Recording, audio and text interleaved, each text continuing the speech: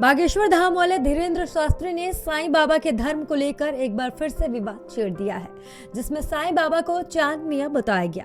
एक TV show में जब उनसे पूछा गया कि उन्होंने साईं बाबा को चांद मियां क्यों कहा, तो धीरेन्द्र शास्त्री बोले, हम तो उस वक्त थे नहीं, अगर होते तो देख पाते कि साईं बाबा टोपी पहनते थे कि माला, बता पाते कि साईं बाबा हिंदू थे या मुसलमान। हमने जो सुना, कोर्ट ने जो कहा, एक पत्रकार ने ऐसा कहा था। सवाल यह है कि बार बार साईं बाबा के धर्म को लेकर सवाल क्यों उठते हैं। शंकराचार्य स्वरूपानंद सरस्वती भी साईं बाबा के धर्म पर सवाल उठा चुकी हैं। साईं बाबा के विरोधी उन्हें अक्सर चांद मियां कहा करते थे। विरोधियों के अनुसार साईं बाबा एक मुस्लिम थे और हिंदुओं को उन्हें नहीं मानना चाहिए।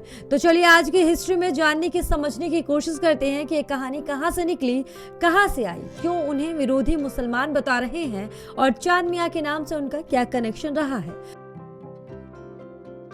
करीबन 8 साल पहले शंकराचार्य स्वरूपानंद सरस्वती ने साईं बाबा के धर्म पर सवाल खड़ा करते हुए कहा था कि वो मुसलमान थे। उनका तर्क था कि शिरडी में साईं बाबा की जो मजार बनी हुई है, उसी से उनका मुस्लिम होना साबित होता है, क्योंकि हिंदुओं में जो समाधि दी जाती है वो गोल आकार की होती है, जबकि मुस्लिमों में मजार लंबे आकार की होती है। उन्होंने कहा कि साईं की जहाँ मजार बनाई गई वहाँ मूर्ति भी लगा दी गई।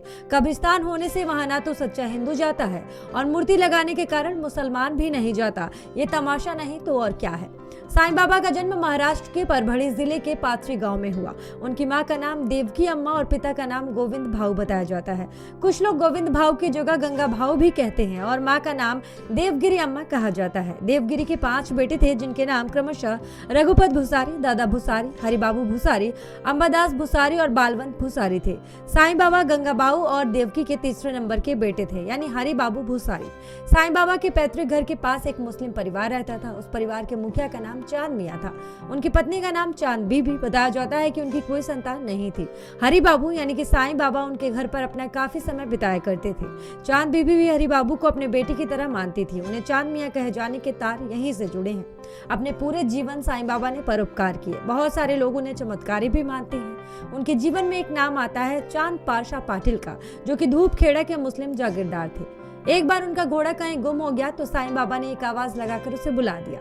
शिरडी आने से पहले साईं बाबा धूपखेड़ा में इन्हीं चांद पाशा पाटिल के यहाँ पर ठहरे थे। वहीं से एक बारात में दूसरी बार शिरडी पहुंचे और फिर वहीं बस गए। साईं बाबा के धर्म पर कभी सवाल उठाने वाले बागेश्वर बाबा धीरेन्द्र शास्त्री ने यह भी कहा कि वो संत के नाते साईं बाबा का सम्मान करते हैं। उन्हें जब खुद पर आपत्ति नहीं तो किसी साधु से क्यों आपत्ति होगी। उन्होंने कहा, हमने जो सुना वो कहा था। एक पत्रकार ने कहा था कि साईं बाबा चांद मियां थे। उनकी जो कमेटी के लोग हैं उन्होंने माफी मांगी। हमसे ज्यादा आरोप तो उस पत्रकार पर होना चाहिए। उन्होंने कहा कि हमारा किसी संत या धर्म के प्रति अनादर नहीं है, हम बस ये बताना चाहते हैं कि हम अपने धर्म के कट्टर हैं।